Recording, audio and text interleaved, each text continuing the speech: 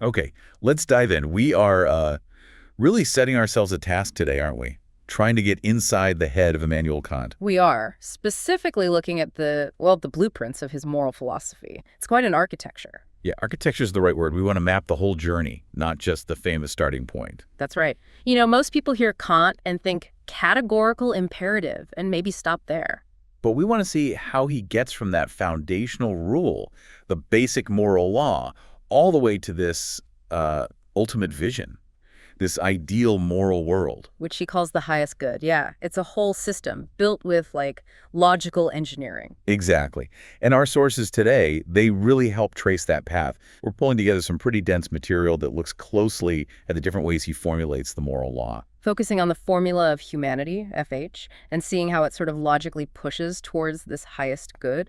Our mission, really, is to get a quick but solid understanding of the logic behind it all. Why does reason demand this completeness? Not just the rules, but the engine, you could say. It's because Kant sees reason, all reason, as having this fundamental drive, this demand for totality. It can't settle for half answers. So if reason gives us the moral law, then it must also define the final end that this law aims for. And understanding that structure means grasping two things: the non-negotiable moral content, and then the logical moves reason makes to get to that total picture. right? And the starting point for that moral content, the absolute bedrock, is what you mentioned, the formula of humanity, FH. It defines the unconditional object of our willing, what we must value no matter what. It's often seen as maybe the most, intuitive formulation, but structurally it does some heavy lifting. It really does. It gives morality its substance, its matter, as Kant puts it. So what's the exact wording? Let's get it out there. Okay, the full text is, so act that you use humanity as much in your own person as in the person of every other, always at the same time as an end, and never merely as a means. Never merely as a means. That merely is doing a lot of work there. It is. It's the core mandate. Recognize inherent value. Don't just use people or yourself as tools. We often hear about the formula of universal law, FUL, which is about the form, can your rule apply to everyone? Right, the universalizability test. But FH is different. It's specifying the content, the what. What is it that has this absolute value? And that distinction is key. FH provides what Kant calls a material characterization of our practical faculty. It's defining the objective end or object of moral reason. That's its specific job, different from FUL's focus on form. Okay, and our sources highlight something really interesting about its position in the whole system. It's almost like a metaphysical anchor. That's a great way to put it. It's seen as the practical equivalent of the supreme principle from Kant's theoretical philosophy. The critical version of the principle of sufficient reason. Exactly. On the theoretical side, that principle says everything must have a reason or ground. FH does something similar for action. It provides the unconditional ground for all rational willing. Wow, okay. So it's not just a good idea, it's tied into the very structure of reason itself, whether we're thinking about the world or deciding how to act in it. Precisely. It grounds moral reality with the same kind of rational necessity that grounds our knowledge of the empirical world. It basically says, if you're a rational being, you have to recognize this value as foundational. That makes it incredibly powerful. It's not just a social agreement, it's like baked into rationality. So what is this unconditional object it points to? It's humanity or rational nature itself, Yeah. the capacity for reason and free choice that exists in every human being. And that has unconditional status. Unconditional status. Its value isn't based on what you achieve or how happy you are or whether someone likes you. It's inherent.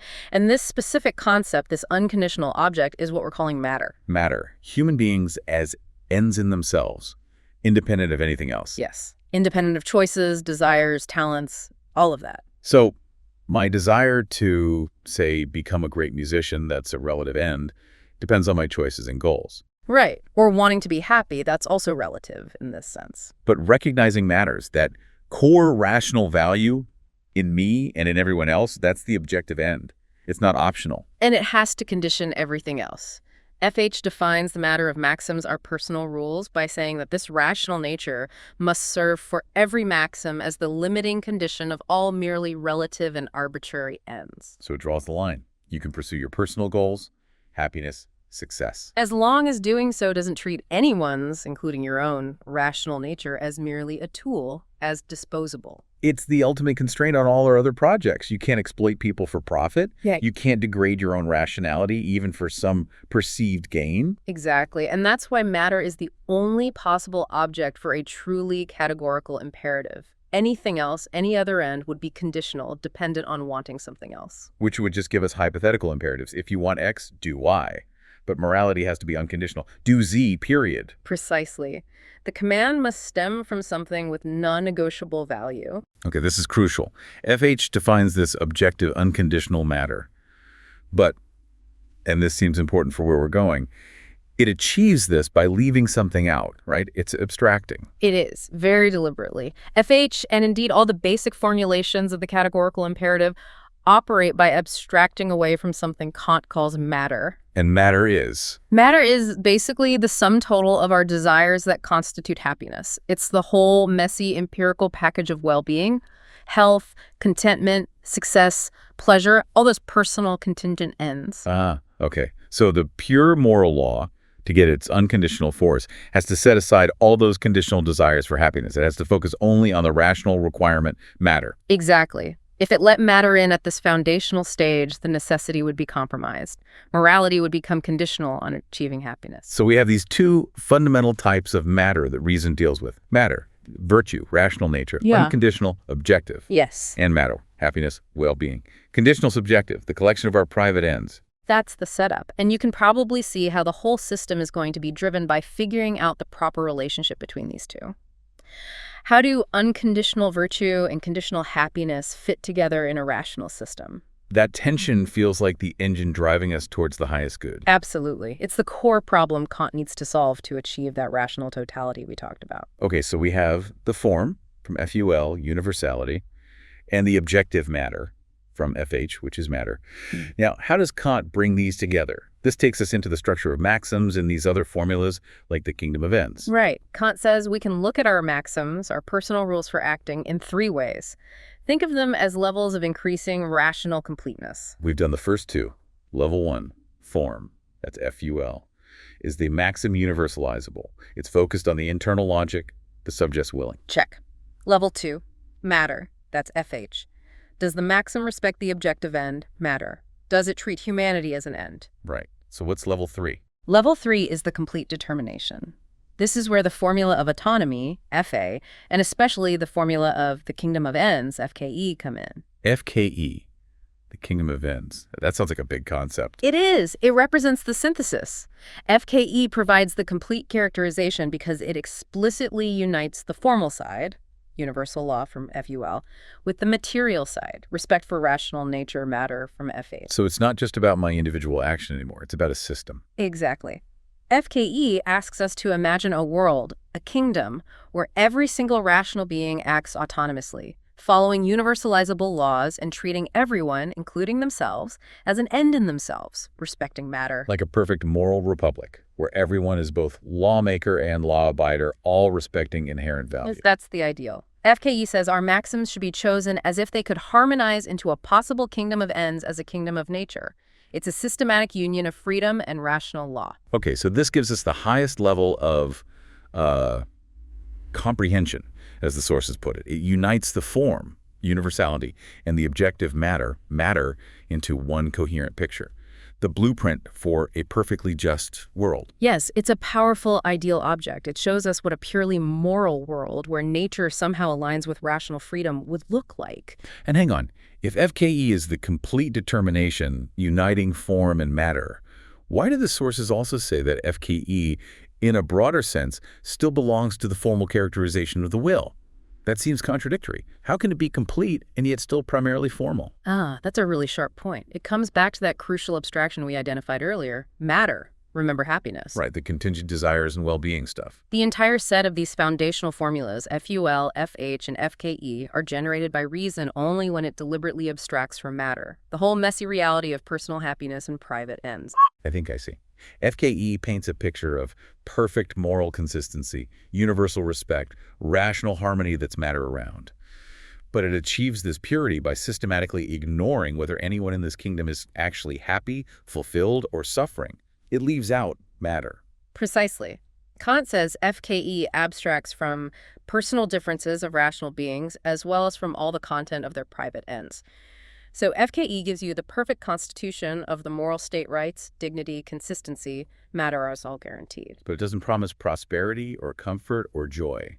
Matter. It's ethically perfect, but maybe a bit austere. You could say that. It's logically complete regarding the moral law itself, but it doesn't yet represent the total object that a rational, embodied being like a human would actually strive for. To get that, we need to understand how reason moves beyond this purely formal, abstracting phase. Which means we need to look at the underlying drive of reason, that demand for totality, and how it actually operates. This leads us to the two fundamental operations Kant talks about in practical reason. Exactly. Reason always wants the unconditioned. It can't rest with partial views. In the practical sphere, this drive manifests in two complementary but sort of opposing movements. Okay, let's take the first one, the one that got us FUL, FH, and FKE. That's the ascending or regressive operation. Yeah. Ascending or regressive, moving backward, you could say. It starts from our everyday conditioned choices, our specific goals, and works backwards or upwards to find the unconditioned condition that must ground them all. Like climbing a mountain, leaving the messy details of the valley below to get to the pure necessary peak. That's a good analogy. Its function is to find the unconditional law. And the method is abstraction. It systematically strips away all the contingent stuff, all of matter, our desires for happiness, to isolate the pure form of law and the necessary object, matter. And the result of this climb, this abstraction, is the categorical imperative in its various forms. It gives it the definition of virtue, of moral rightness. Correct. That's what the ascending operation delivers. But, and this is a big but, for Kant, there's a danger here. What's the danger? The danger is stopping there. Mistaking the unconditioned condition, virtue, for the complete end of reason. If you do that, Kant says, you fall into the philosophical error of Stoicism. Okay, how does Kant understand Stoicism here? What's the mistake? The Kantian Stoic correctly sees that virtue, matter, is the supreme unconditional good. That part's right. But then they make a leap. They conclude that virtue is the whole good. Ah, so they think happiness, matter, is either totally irrelevant or maybe just a side effect, but not actually part of reason's ultimate goal. Exactly. They deny that seeking happiness is also a necessary part of the complete rational picture. They try to be content with virtue alone. So the Stoic achieves moral purity, the unconditioned will, but fails to define a complete object for action. Because humans naturally do seek well-being, and reason has to account for that somehow. Right. For Kant, a moral framework that ignores or dismisses our rational interest in happiness isn't fully rational. It leaves the system incomplete. Reason demands more. It demands the unconditioned totality of the object, not just the unconditioned condition. And that demand forces the second movement. It forces the second operation. They're descending or progressive operations. Descending, so going back down the mountain maybe? Or moving forward from the peak. Moving forward or downward, yes. It starts from the moral high ground, the unconditioned condition, virtue, established by the ascending path. Okay. And then it moves downward or progressively to encompass the totality of conditional goods, namely happiness, matter. So where the ascending operation was about abstraction, stripping things away. The descending operation is about inclusion.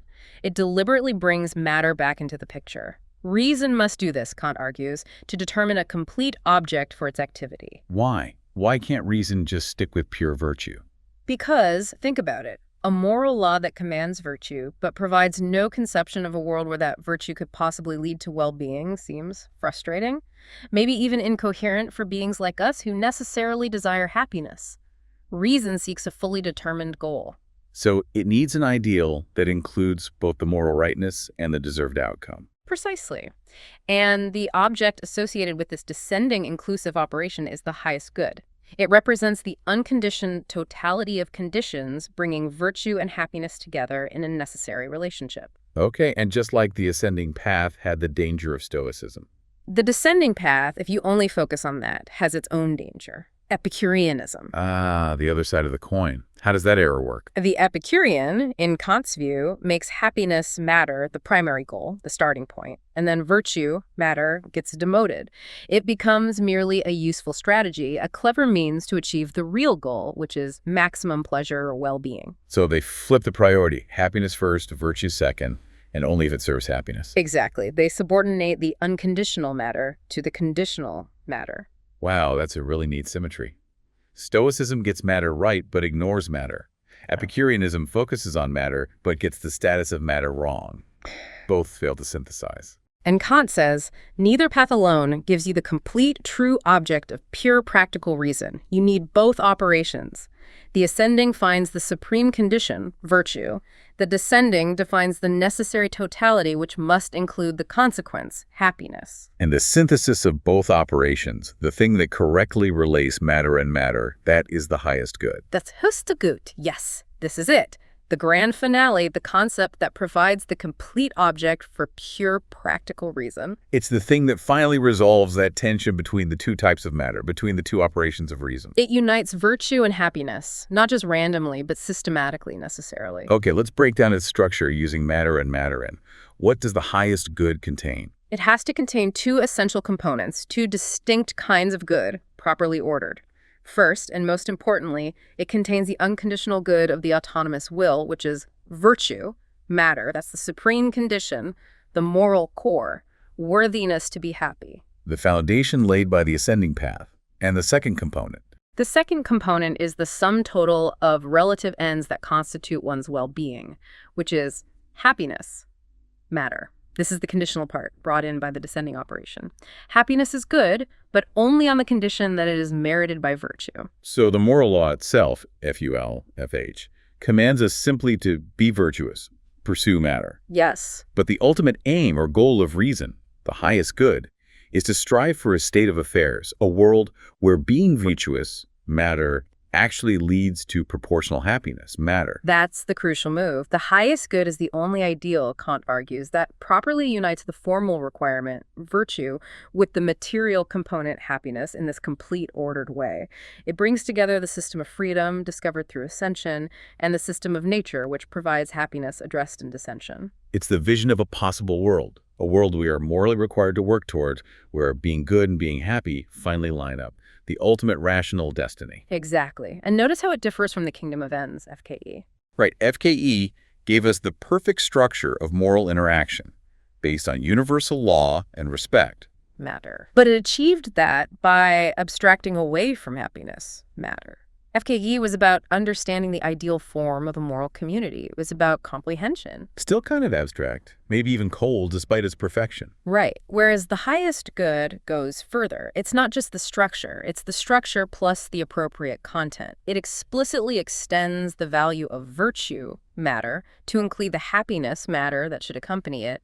It demands the realization of the complete end. So if FKE is like understanding the perfectly just laws, the highest good is like aiming for the perfectly just and flourishing society governed by those laws. It's the ultimate goal that determines the will. And this determination, this focus on the final complete end, this has massive implications for how Kant sees reason itself, right? This leads to the primacy of practical reason. Huge implications. Yes, the whole argument culminates in this idea. Practical moral reason has priority over theoretical scientific reason. Why? Why does aiming for the highest good mean our moral compass has to trump our scientific understanding of the world? That seems counterintuitive, maybe.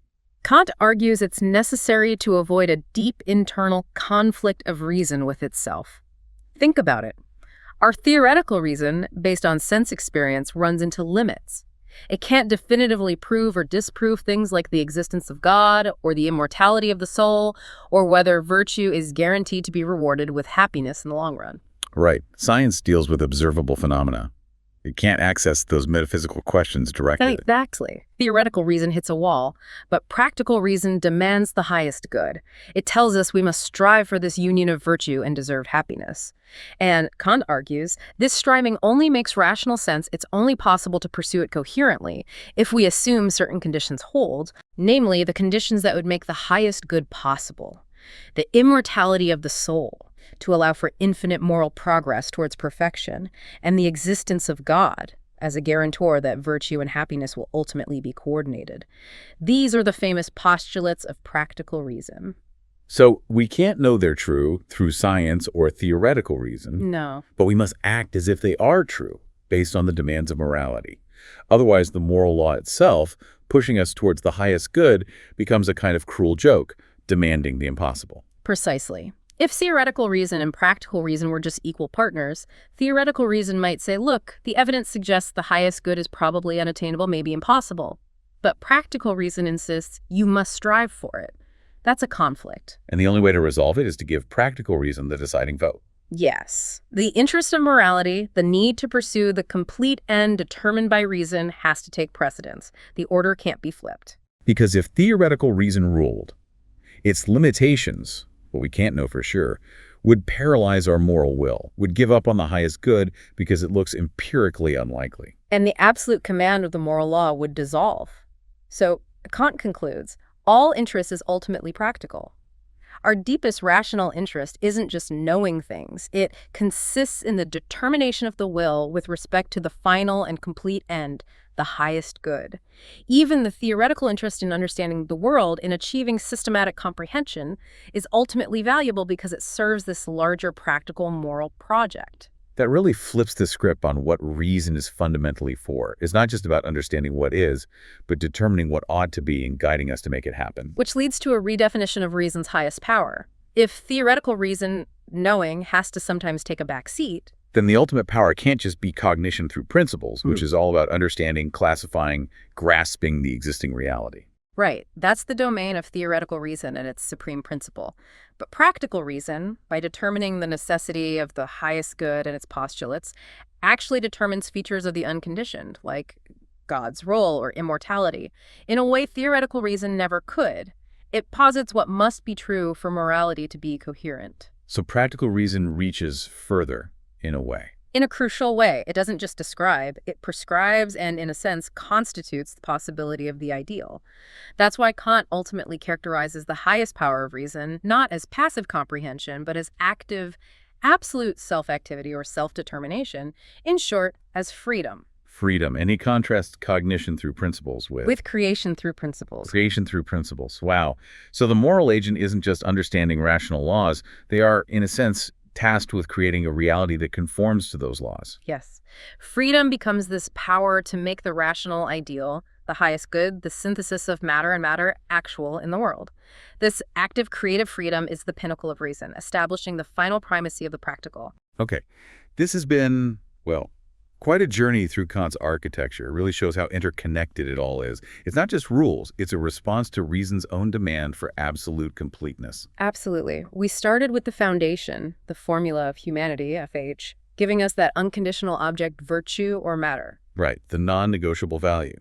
Then we saw how combining that with form led to the formula of the kingdom of ends, FKE, that ideal abstract structure of moral harmony. But we realized those formulas came from the ascending regressive operation, the path of abstraction, which deliberately left out happiness, matters.